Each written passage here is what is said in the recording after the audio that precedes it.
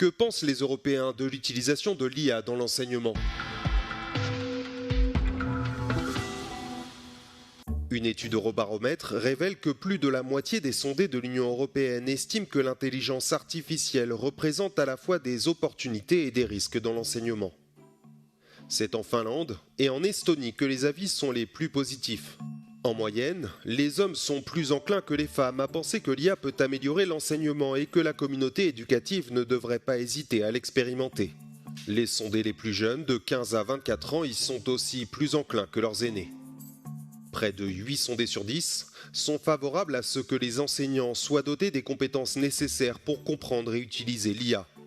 C'est à Chypre et à Malte que cet avis recueille le plus d'approbation, alors qu'il est le plus fortement rejeté en République tchèque. 4 sondés sur 10 estiment que les enseignants devraient être formés et soutenus pour l'utilisation de l'IA, et 3 sur 10 que les élèves devraient être formés pour l'utiliser. Malgré leur ouverture à l'introduction de l'IA dans l'éducation, près de 7 sondés sur 10 sont favorables à l'interdiction des smartphones dans les écoles.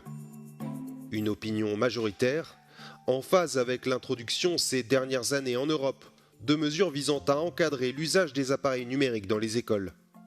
Alors que 12 pays de l'UE, dont la France, ont déjà adopté une forme de restriction concernant les smartphones dans les écoles, 4 autres envisagent de le faire.